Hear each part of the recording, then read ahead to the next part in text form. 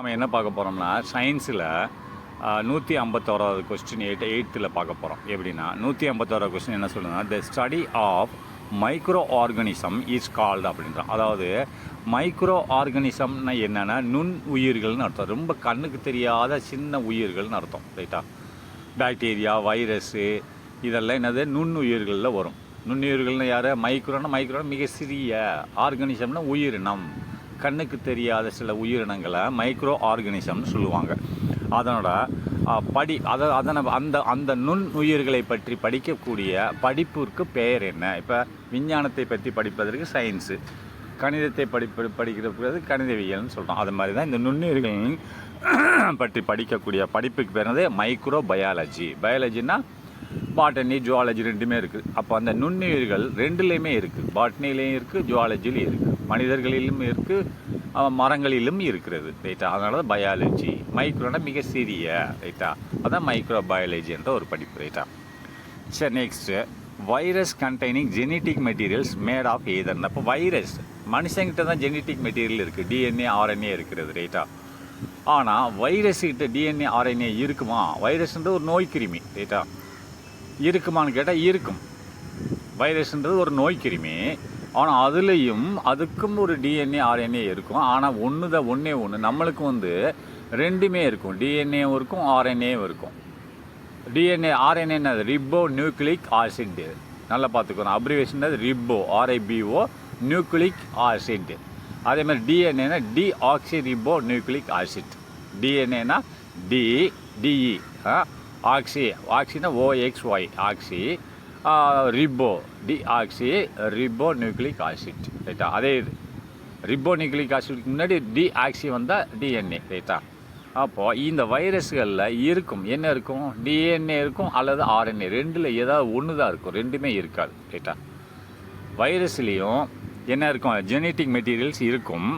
The virus contains genetic materials. Genetic materials என்னது? DNA, RNA தான். மரபு பொருட்கள்னு சொல்லுவாங்க. அது டிஎன்ஏ அண்ட் ஆர்என்ஏ. அது வைரஸில் ரெண்டில் ஒன்று தான் இருக்கும். ஒன்று டிஎன்ஏவாக இருக்கும், டிஎன்ஏ வச்ச வைரஸாக இருக்கும், இல்லை ஆர்என்ஏ கொண்ட வைரஸாக இருக்கும். ரைட்டா? அதான் போட்டிருக்கேன். என்ன போட்ட ஆன்சர்? டிஎன்ஏ அல்லது ஆர்என்ஏ. ரைட்டா? அப்போ விச் பாக்டீரியம் ஹெல்ப்ஸ் இந்த conversion of milk into curd அப்படின்றான். எந்த ஒரு பாக்டீரியா பாலை தயிராக மாற்றுகிறது? Which பாக்டீரியம்ன்றது bacteria. ஹெல்ப்ஸ்னால் உதவி செய்கிறது. எதில்? இந்த கன்வர்ஷனை மாற்றுவதற்கு. எதை மாற்றுவதற்கு? ஆஃப் மில்க், பாலை மாற்றுவதற்கு. எங்கு மாற்றுவதற்குன்னா இன்டு காடுனா தயிர். பாலை தயிராக மாற்றுவதற்கு எந்த பாக்டீரியா உதவி செய்கிறது அப்படின்னு பார்த்தீங்கன்னு சொன்னால் லாக்டோபேசில்ஸ்ன்றது சர்வசாதாரண எல்லா சின்ன பிள்ளைகளுக்கு கூட தெரியும். லாக்டோபேசில்ஸ், அசிட்டோபில்ஸ். இன்றைக்கி லாக்டோபேசில்ஸ்ன்னு ஞாபகம் வச்சாலே போதும். அசிட்டோபில்ஸ் ஆட்டோமேட்டிக்காக வரும். அது வராட்டாலும் பிரச்சனை இல்லை. லாக்டோபேசில் தான். ரைட்டா? Who discovered the vaccine of small பாக்ஸ்னா பெரிய எம்ஐன்னு சொல்லி நான் சின்ன பிள்ளைகள் இருக்கும்போது எனக்கு வந்துச்சு. ரைட்டா? அப்போது இந்த பெரிய எம்ஐக்கு உண்டான மருந்து, வேசின்ஸ்னா மருந்து, பெரிய எம்ஐ வந்துருச்சுன்னு சொன்னால் அதை தடுக்கக்கூடிய மருந்தை கண்டுபிடித்தவர் யார்? ஹூ டிஸ்கவர்டுனா யார் கண்டுபிடித்தார்கள்? எதை? த வேசின் என்னது? மருந்தை. எதற்கு? ஃபார் அதற்கு அப்படின்னா ஸ்மால் பாக்ஸ்னா பெரிய எம்ஐக்கு உண்டான மருந்தை கண்டுபிடித்தவர் யார் அப்படின்னா எட்வர்ட் ஜென்னர் என்ற ஒரு இங்கிலீஷ்காரர் கண்டுபிடிச்சார். ரைட்டா?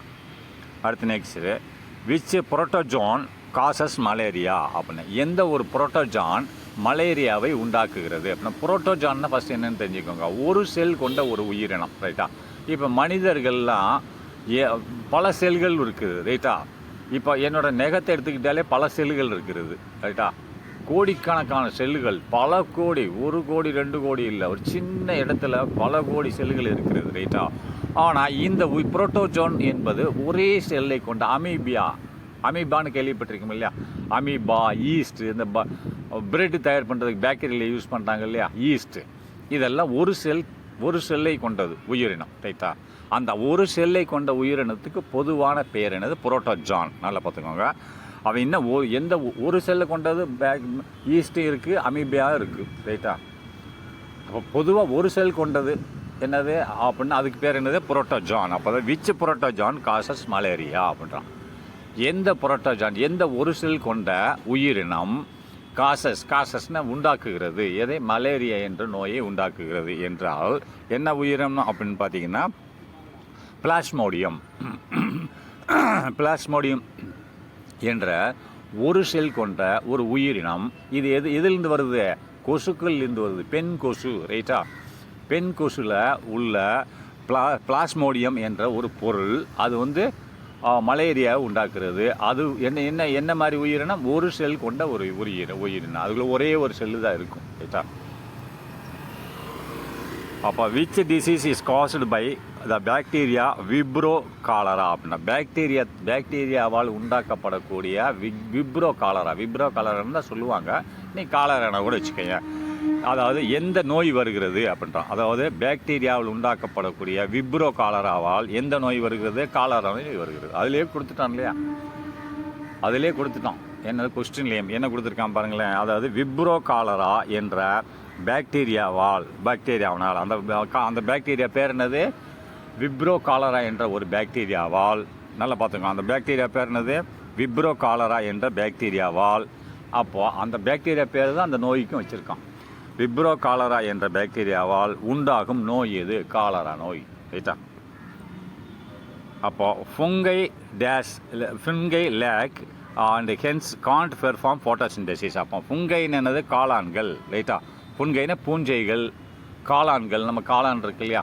காளானில் வந்து ஃபோட்டோசிந்தசிஸ் நடக்காது. காளான் எப்போயாவது பச்சையாக இருக்க பார்த்துருக்கியா? காளான் வந்து வெள்ளையாக தான் இருக்கும். ஏன் வெள்ளையாக இருக்குங்க? அதில் பச்சையம் கிடையாது. பச்சையம் இருந்தால் தான் ஃபோட்டோசிந்தசிஸ் உணவு தயாரிக்க முடியும். தனக்குத்தானே உணவு தயாரித்து கொள்ள முடியும் சூரிய வெளிச்சத்தால், தாவரங்கள், ரைட்டா? ஆனால் இந்த பூஞ்சைகள், ஃபுங்கை அப்படின்றது காளான்கள்னு அர்த்தம். காளான் ஞாபகம் வச்சுக்கோ.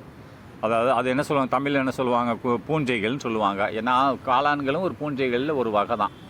அப்போ ஃபுங்கை லேக்குன்னா இல்லை, பூஞ்சைகள்கிட்ட இல்லை. என்ன இல்லை? அதாவது குளோரோஃபில் இல்லை. குளோரோஃபில் என்ன இருக்குது? பச்சையம். குளோரோஃபில் இலைகள் இருக்கணும் இல்லையா? குளோரோஃபில் இல்லைன்னா நீ உணவு தயாரி பண்ண முடியாது. தாவரங்கள் சூரிய வெளிச்சத்திலிருந்து உணவு தயார் பண்ண முடியாது. அதான் lack of chlorophyll and hence அதனால் காண்ட் பெர்ஃபார்ம் ஃபோட்டோசிந்தசிஸ். காண்ட் பெர்ஃபார்ம்னா நடைமுறைப்படுத்த இயலாது. காண்ட்னா முடியாது, பெர்ஃபார்ம்னா நடைமுறைப்படுத்த, செயல்படுத்த. ஃபோட்டோசிந்தசிஸ் என்னது? உணவு சூரிய வெளிச்சத்தால் உணவு தயாரிக்கும் முறையை செயல்படுத்த முடியாது. பூஞ்சைகளில் அதாவது பச்சையம் இல்லாததால் அவற்றால் ஒளிச்சேர்க்கை செய்ய முடியாது. சரி, next. Which single celled fungus is used in the bakery industries to make bread அப்படின்றான். அதனால் பார்த்துக்கோங்க. அதாவது எந்த ஒரு செல் கொண்ட, இப்போ தானே சொன்ன ஒரு செல்னு சொன்னல, அதாவது என்னது? ஈஸ்ட் ஒரு செல், அமீபா ஒரு செல், இதுவும் ஒரு செல், அதாவது பாக்டீரியா உள்ளது. அதாவது விச் சிங்கிள் செல்டு ஒரு செல் ஃபுங்கை என்னது? ஒரு செல் பாசிகள். ஃபுங்கை என்ன சொன்ன? ஃபுங்கை என்ன சொன்னால் அதாவது பூஞ்சைகள், ஒரு செல் பூஞ்சைகள் இஸ் யூஸ்டு பயன்படுத்தப்படுகிறது. எதில்? இன் பேக்கரினா பன் செய்கிற இண்டஸ்ட்ரி, தொழிற்சாலைகள், ரைட்டா? டு மேக் பிரெட், பன் செய்வதற்கு. டு மேக்னா உண்டாக்குவதற்கு, பண்ணை உண்டாக்குவதற்கு ஒரு செல் பூஞ்சைகள், எண்ணெய் பூஞ்சைகள் உண்டாக்கப்படுகிறது. எந்த பூஞ்சையை வைத்து? ஒரு செல் பூஞ்சையை வைத்து ரொட்டி தயாரிக்கப்படுகிறது. அதை பாருங்க, ஈஸ்ட் என்ற ஒரு செல், அது ஒரு செல் கொண்ட ஒரு ஈஸ்ட். அது வந்து என்னது? ஒரு ஃபுங்கை. என்னது? பூஞ்சைகள், ரைட்டா? அப்போ நல்லா பார்த்துக்கோங்க. நெக்ஸ்ட்டு, விச் வெக்டார் டிரான்ஸ்மிஸ்ட் டெங்கஸ் ஃபீவர் அப்படின்னு. விச் வெக்டார் அப்படின்னு பார்த்தாங்க, டெங்கு காய்ச்சலை பரப்பும் காரணி எது? வெக்டார்னா காரணி, பொருள், எது கடத்துகிறதுன்னு சொல்கிறான். விச் வெக்டார் டிரான்ஸ்மிட்னா பரப்புகிறது. எந்த பொருள் பரப்புகிறது? டெங்கு வைரஸை எந்த பொருள் பரப்புகிறதுன்றான். டெங்கு காய்ச்சலை பரப்பும் கடத்தி கொசு எது? எந்த கடத்தின்னு? என்னது? கொசு தான், ரைட்டா? அந்த கடத்தி கொசுக்கு பேர் என்னென்னா ஏடிஸ் அண்டு எஜிப்தி கொசுன்றான். நீ ஏடிஸை ஞாபகம் வச்சுட்டாலே போதும், அதுக்கடுத்து ஆட்டோமேட்டிக் அது வரும், ரைட்டா? ஏடிஸ் எஜிப்தி கொசு தான் பரப்புகிறது, ரைட்டா? அப்போது citrus cancer is a plant disease caused by அப்படின்றான். சிட்ரஸ் கேன்சர் கேன்கர்னு போட்டிருக்கான், அது கேன்சர் தான், கேன்சர் ரைட்டா.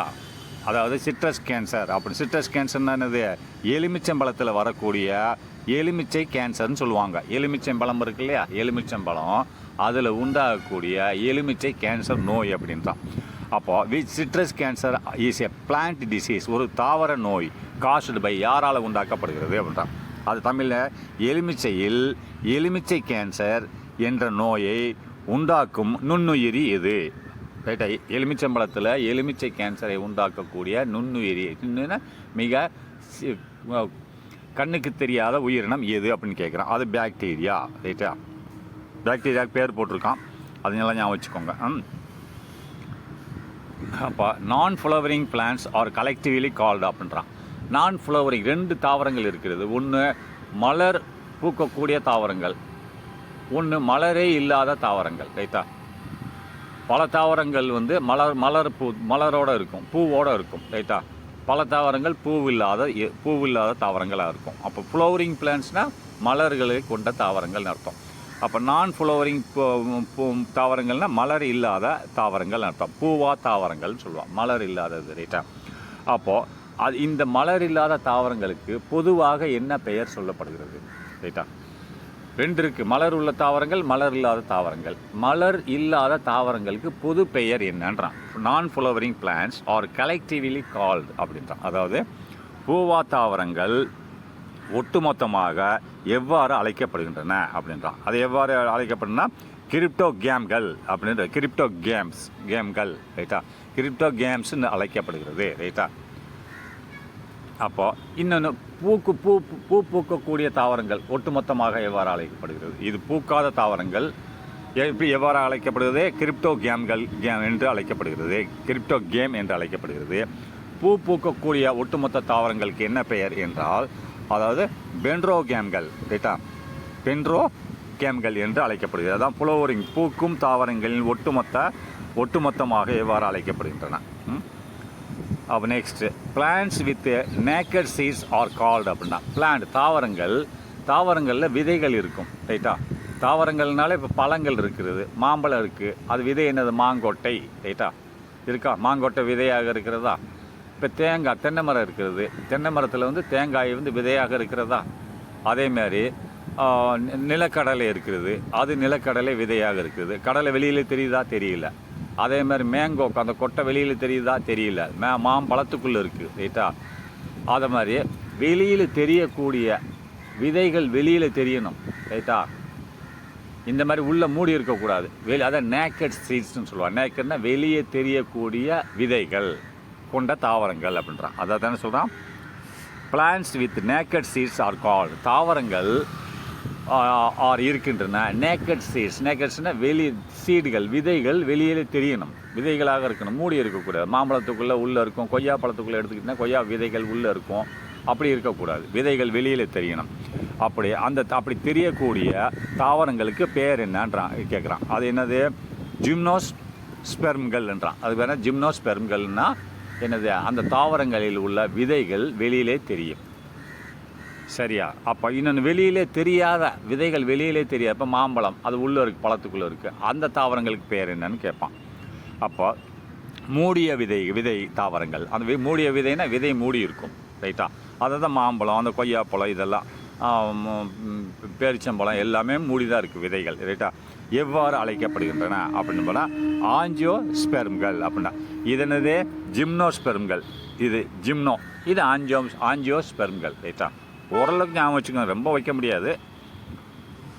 த study of algae is known as அப்படின்னா. த ஸ்டடி ஆஃப் அலகினா பாசிகள், பூஞ்சைகள் ரைட்டா. இது பாசிகள், அது பூஞ்சைகள் சரியா ரைட்டா. நல்லா பார்த்து, 2க்கு உள்ள வித்தியாசம். அலகினா பாசிகள் என்னது, அதாவது பாசிகள் கடலில் இருக்கும், தண்ணியில் இருக்கும், இதில் எல்லாம் இருக்கும் ரைட்டா. அது அலகின பாசிகள், அது வந்து பூஞ்சைகள். 2க்கு என்ன வித்தியாசம்னா, பாசிகள் வந்து தனக்குத்தானே உணவை தயாரித்து கொள்ளும், ஏன்னா அதில் குளோரோஃபில் இருக்கிறது ரைட்டா. பூஞ்சைகள் தனக்குத்தானே உணவை தயாரிக்க முடியாது. நல்ல ஒன் மார்க் கொஸ்டின். என்னது, பூஞ்சைகள் புங்கை, ஏன்னா அதில் குளோரோஃபில் இல்லை.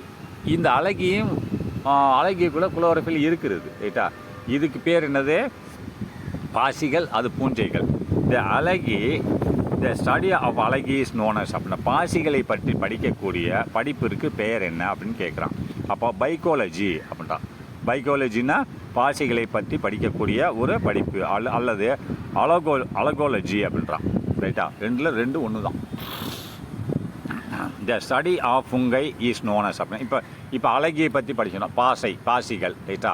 பாசிகள் என்ன நல்ல 1 மார்க் கொஸ்டினில் கேட்பான். பாசிகள் உணவை தயாரித்து கொள்ளும், ஏன்னா அதில் என்ன இருக்குது? குளோரோஃபில் இருக்குது. ஃபுங்கை உணவை தயாரிக்க முடியாது, ஏன்னா அதில் குளோரோஃபில் இல்லை. நல்லா பார்த்துக்கணும். அப்போ ஃபுங்கைகளை பற்றி படிக்கக்கூடிய படிப்பிற்கு பேர் என்னது? மைக்கோலஜி, ரைட்டா. அப்போ give an example of marine alga used as food அப்படின்னா மெரைன்னா கடலில் இருக்கக்கூடிய பாசிகள் உணவாக உபயோகப்படுத்தப்படுகிறது. அது அந்த பாசிகளுக்கு பெயர் என்னன்னு கேட்குறான். கிவ் அன் எக்ஸாம்பிள், அதாவது உணவாக பயன்படும் ஒரு கடல் பாசிக்கு எடுத்துக்காட்டு தருக அப்படின்றான். அப்போ எல்லா கடல் பாசியும் உணவாக பயன்படுத்த முடியாது, சில கடல் பாசி அப்படின்றான். என்னது? அல்வான்றான். நீங்கள் உங்கள் அல்வா ஞாபகம் வச்சுக்கோங்க, ரைட்டா. அல்வா அல்லது சர்க்காசம் என்ற ஒரு கடல் பாசிகள் உணவாக பயன்படுத்தப்படுகிறது. அழகி இது நல்லா பார்த்துக்கோங்க, கேட்பான். இது தன்னைத்தானே என்ன பண்ணும்? உணவை தயாரித்து கொள்ளும், ஏன்னா ஃபோட்டோசிந்தசிஸ் இதுக்குள்ளே இருக்குது. ஃபுங்கை என்னது? ஃபுங்கை எப்பயுமே அதில் ஃபோட்டோசிந்தசிஸ் நடக்க முடியாது, ஏன்னா அதில் குளோரோஃபில் இல்லை, சரியா. அப்போ next the amphibians of plant kingdom are அப்படின்றான். ஆம்பிபியன்ஸ்னு என்னென்னு தெரிஞ்சுக்கணும் நீங்கள். ஆம்பிபியன்ஸ்னால் நீர்லையும் வாழும், நிலத்திலையும் வாழும். ஆம்பிபியன்ஸ் என்னது? ஆம்பிபியன்ஸ்னு என்னது? இந்த உயிரினங்கள் இப்போ தவளை நீருக்குள்ளேயும் இருக்கும், நிலத்திலையும் இருக்கும், ரைட்டா. ஆமை நீர்லேயும் இருக்கும், நிலத்திலையும் இருக்கும். அப்போ இதெல்லாம் ஆம்பிபியன்ஸ் நீர்லேயும் வாழும், நிலத்திலையும் வாழக்கூடிய இருவாழ் உயிரினங்களுக்கு பேர் ஆம்பிபியன்ஸும்பாங்க. த ஆம்பிபியன்ஸ் ஆஃப் பிளான்ட் கிங்டம். பிளான்ட்னா இப்போ ஆம்பிபியன்ன்றது என்னது? மிருகங்கள்னு நான் சொல்லிட்டேன். பிளான்ட் தாவரங்களில் நீர்லையும் இருக்கும், நிலத்திலையும் இருக்கும். அந்த மாதிரி இருக்கக்கூடிய தாவரங்கள் என்னன்னு கேட்குறான். The amphibians of plant kingdom are அப்படின்றான். அந்த மாதிரி இருக்கக்கூடிய தாவரங்கள் என்ன அப்படின்னா தாவர உலகத்தில் இருவாழ்வியல் என்று அழைக்கப்படுபவை எவை அப்படிங்கிறான். அது என்னது அப்படின்னு பார்த்தீங்கன்னா பிரியோபைட்டுகள்ன்றான். பிரியோபைட்ஸ் என்ன செய்யும்? ஆம்பிபியன்ஸ்னாலேயும் தரையிலையும் இருக்கும், நீரிலையும் இருக்கும், ரைட்டா. அப்போ அது மனிதர்களில் பார்த்தீங்கன்னு சொன்னால் தவளை, ஆமைகள் இதெல்லாம், ரைட்டா. மரம் செடி கொடிகளில் பார்த்தீங்கன்னு சொன்னால் அதுக்கு பேர் என்ன சொல்லுவாங்கன்னு சொன்னால் பிரியோபைட்ஸ் என்று சொல்கிறார்கள், அதாவது தாவர வகைகளில். அப்போ next first true terrestrial vascular plants are அப்படின்றான். டெரஸ்ட்ரியல்னு சொன்னால் என்னது அப்படின்னு நல்லா பார்த்துக்கோங்க. டெரஸ்ட்ரியல் அப்படின்ற நிலத்தில் வாழக்கூடியது. டெரஸ்ட்ரியல் என்னது? நிலங்களில் வாழக்கூடியது தான் என்ன சொல்லுவாங்க? நிலங்களில் இருக்கக்கூடியதுக்கு பேர் என்னது? Terrestrial vascular plants. வஸ்குலார் என்னது? டியூப் மாதிரி இருக்கக்கூடிய ஒரு தாவரங்கள். வஸ்குலார்னா டியூப் வடிவத்தில் இருக்கக்கூடிய தாவரங்களை தான் வஸ்குலார் பிளான்ட்ஸ்னு சொல்லுவாங்க, சரியா. அப்போது இதில் என்ன சொல்கிறான்? டெரஸ்ட்ரியல் நிலப்பரப்பில் வாழக்கூடியது, ரைட்டா.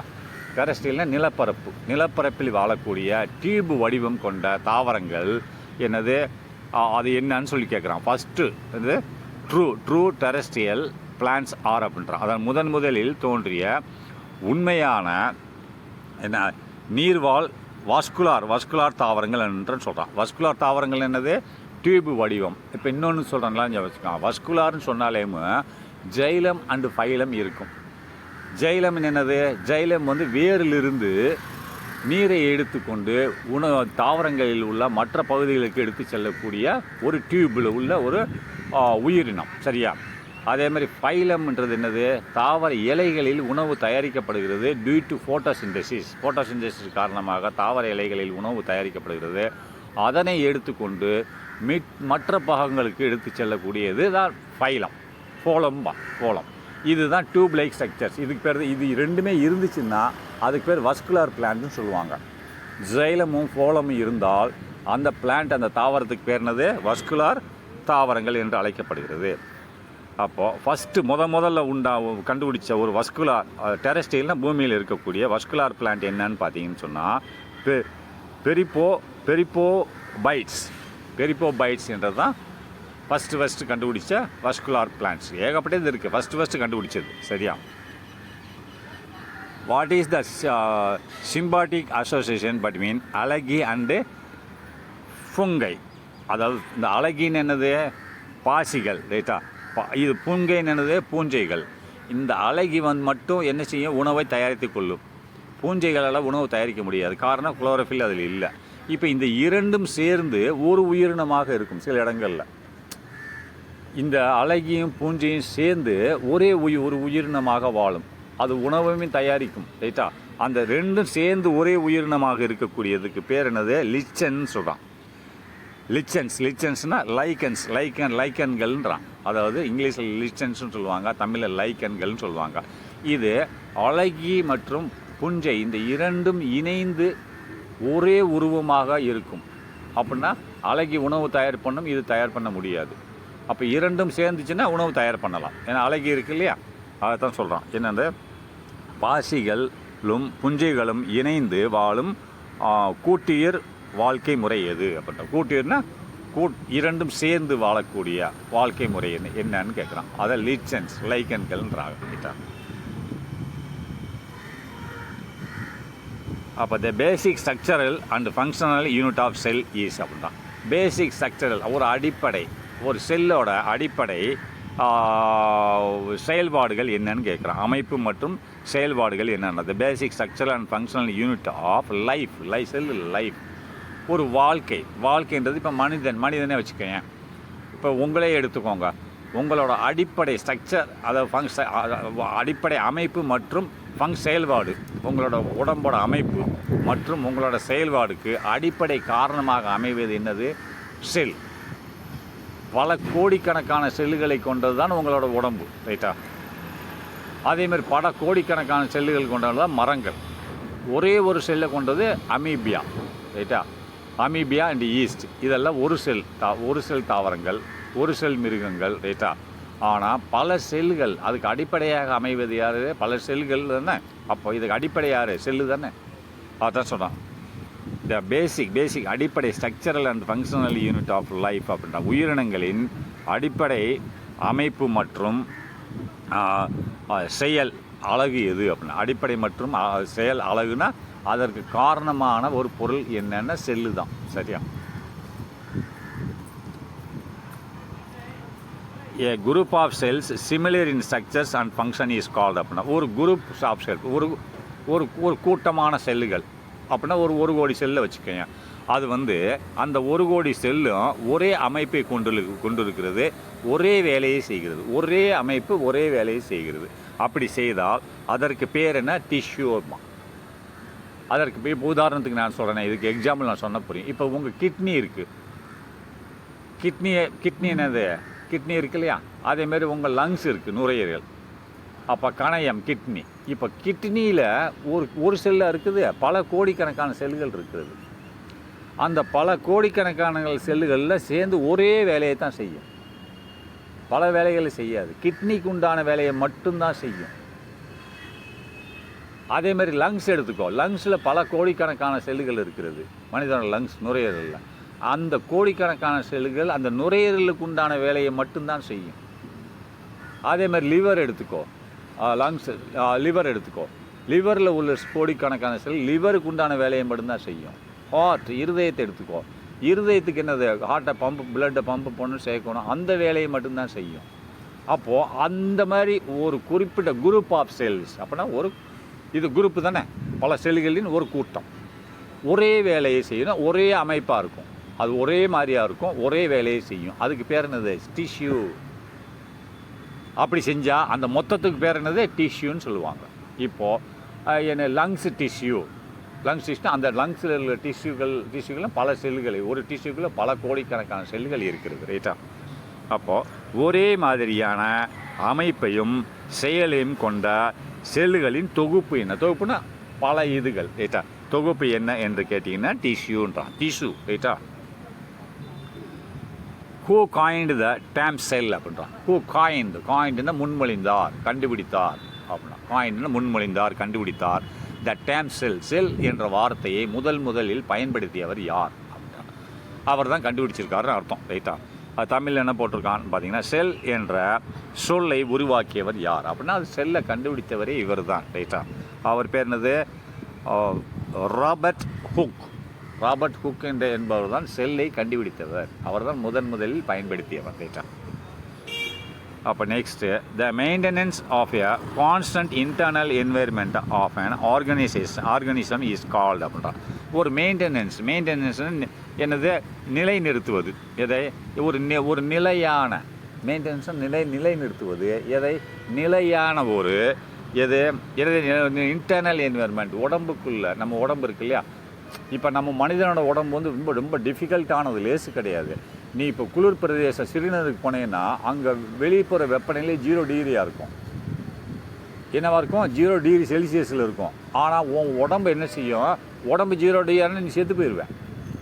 உனக்கு வெளியில் 0 டிகிரி இருக்கும், ஆனால் உன் உடம்பு 0 டிகிரின்னு நீ செத்து போயிடுவேன், உயிரோடு இருக்க மாட்டேன். அப்போ அந்த உடம்பு என்ன செய்யும்னா உள்ள செல்லுகள் உடம்புக்கு உண்டான வெப்பத்தை அழித்து கொண்டே இருக்கும். அதாவது உடம்பை மெயின்டைன் பண்ணிக்கிட்டே இருக்கும் அந்த வெப்பநிலையை. அதே மாதிரி நீ ராஜஸ்தானுக்கு போகிற, அங்கே எக்கச்சக்க வெயில் அடிக்கும். அந்த வெயிலேருந்து நீ உருகி போயிடுவேன். அப்போ அங்கே வெப்பத்தை குறைக்கும். அதான் மெயின்டெனன்ஸ் ஆஃப் த பாடிம்பாங்க, நிலை நிறுத்துவது. ரைட்டா?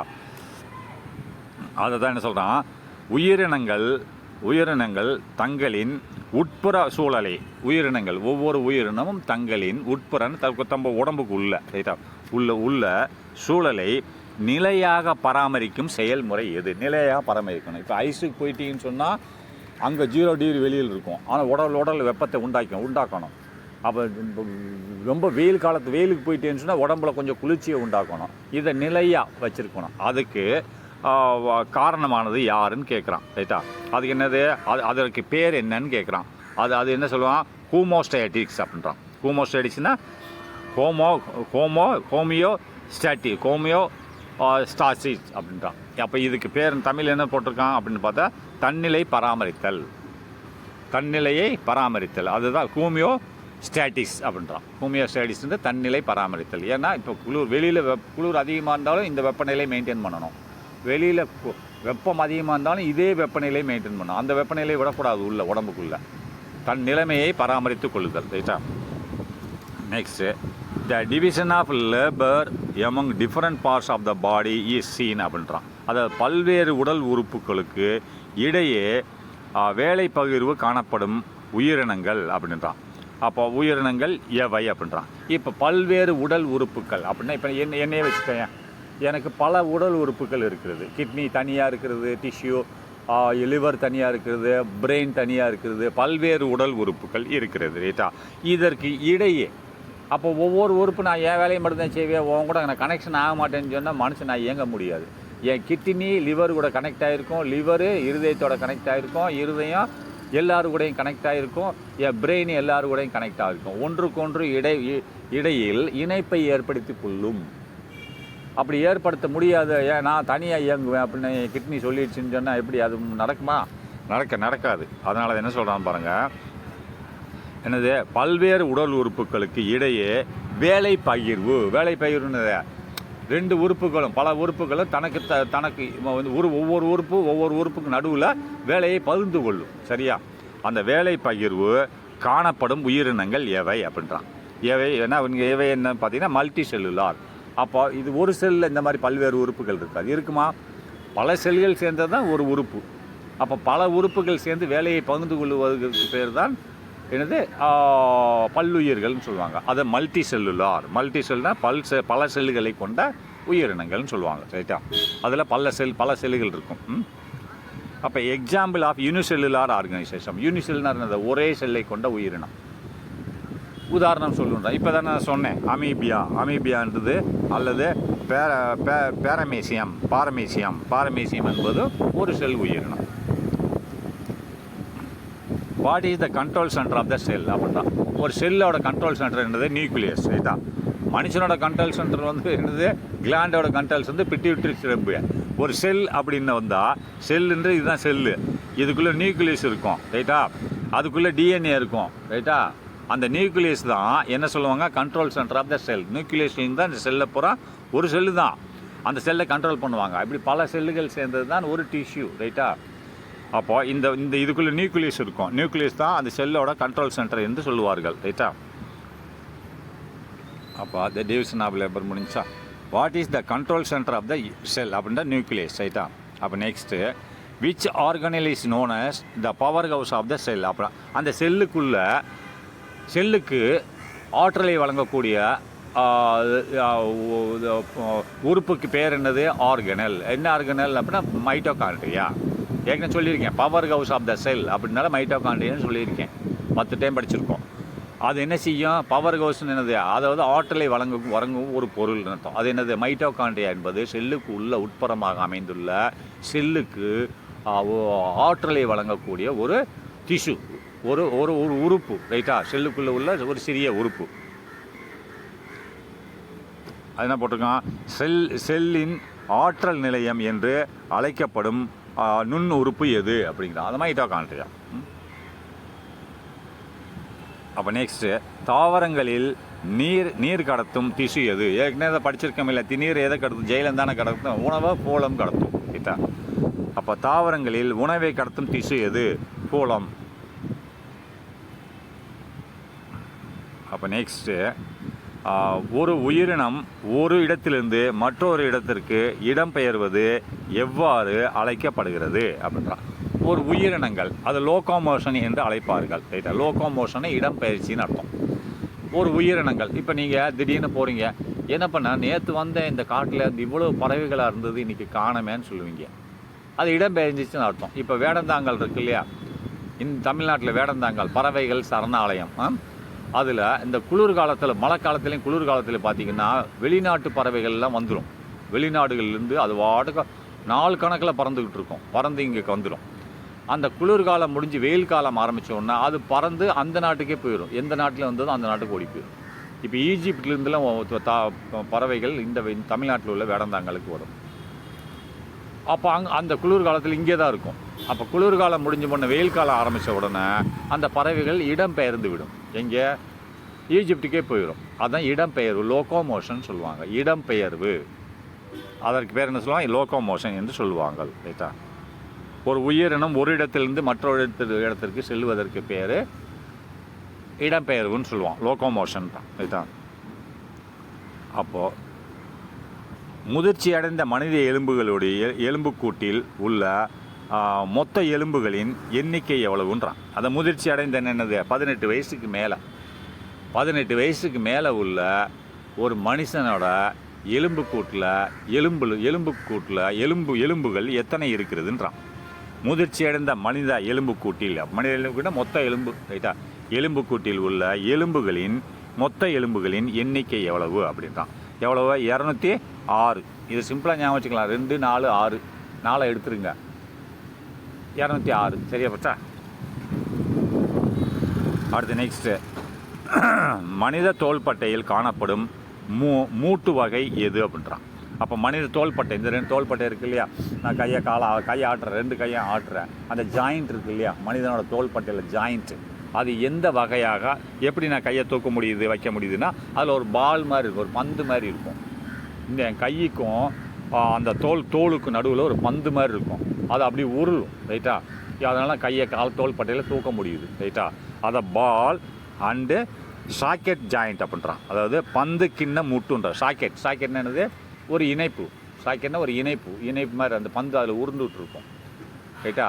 அதாவது பால் அண்டு சாக்கெட் ஜாயிண்ட்னா இணைப்பு ரைட்டா. பந்து மற்றும் சாக்கெட்னா அது என்னது, அதை மூடி இருக்கக்கூடிய ஒரு பொருள். அதாவது அந்த இணைப்பு தான் இந்த இடத்துல இருக்குதுன்னு சொல்கிறான். அது தமிழில் என்ன சொல்லலாம், பந்து கிண்ண மூட்டுன்றான்.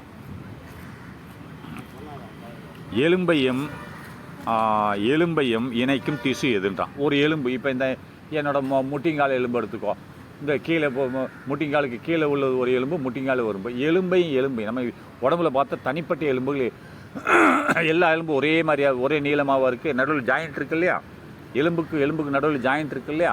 இந்த ஜாயிண்டில் இருக்கக்கூடிய பொருள் என்ன, எலும்பை எலும்பை இணைக்கும் திசுனா ஒரு எலும்பு கையே எடுத்துக்கேன், மேலே தோள்பட்டையிலேருந்து வந்தால் நடுவில் ஜாயிண்ட் இருக்கு இல்லையா, அப்போ விரலில் ஜாயிண்ட் இருக்கு இல்லையா, அந்த ஜாயிண்ட்டில் இருக்கக்கூடிய பொருள் என்னன்னு கேட்குறான் மனிதம். அதாவது எலும்பையும் எலும்பையும் இணைக்கும் திசு எது அப்படின்னா அந்த 2 எலும்பை இணைக்கக்கூடிய திசு என்னன்னு கேட்குறான். ரைட்டா? திசு என்னது? லிகாமெண்ட் நல்ல இதெல்லாம் கேட்பாங்க. எலும்பு இணைப்பு நார் அப்படின்னா லிகாமெண்ட்னு தான் எலும்பையும் இணைக்கும் திசு. அதே மாதிரி எலும்பை சதை கூட இணைக்கும் திசு எதுன்னு கேட்பான். இப்போ நீங்கள் கோழிக்கறி சாப்பிட்றீங்க, அந்த ஆட்டுக்கறி சாப்பிட்றீங்கன்னா ஆட்டு எலும்போடு சேர்ந்து சதை ஒட்டிக்கிட்டு இருக்கும், பார்த்துருக்கீங்களா? அந்த எலும்புக்கு மேலே ஒரு தசை இருக்கும், அதுதான் அந்த சதையை ஒட்ட வைக்கும் எலும்புக்கு மேலே. இது லிகாமெண்ட்ன்றது எலும்பையும் இணைக்கும் திசு. ரைட்டா? அடுத்து பார்ப்போம் என்ன சொல்கிறேன்னு பார்ப்போம். அப்போ தசை எலும்புடன் இணைக்கும் திசு இந்த சொல்லிட்டாங்க. எலும்பு கூட தசையை இணைக்கும் திசு எது? அதுதான் சொல்லலாம். தசையை எலும்பு கூட 2 ஒன்று தான். எலும்பு கூட தசையை இணைக்கும் திசு. எலும்பு அதுக்கு மேலே தசை இருக்குது, அந்த 2ஐயும் எலும்பு கூட அந்த தசையை ஒட்ட வைக்கிற திசு எது? எலும்புக்கு மேலே தசை இருக்குல்ல, அப்போ அந்த தசை அப்படியே இருக்காது, அந்த தசையை எலும்பு கூட பசை மாதிரி ஒட்ட வைக்கும் ஒரு திசு. அந்த திசு பேர் என்னன்னு கேட்குறான். அந்த திசு பேர் என்னன்னு சொன்னால் டெண்டான்றது தான் அந்த திசு. அப்போ தசையை எலும்பு கூட ஒட்ட வைக்கும் திசுக்கு டெண்டான். அப்போ எலும்பையும் ஒட்ட வைக்கிற திசுக்கு பேர் என்னது? எலும்பையும் ஒட்ட வைக்கிறது லிகமெண்ட். ரைட்டா? சரி, நெக்ஸ்ட்டு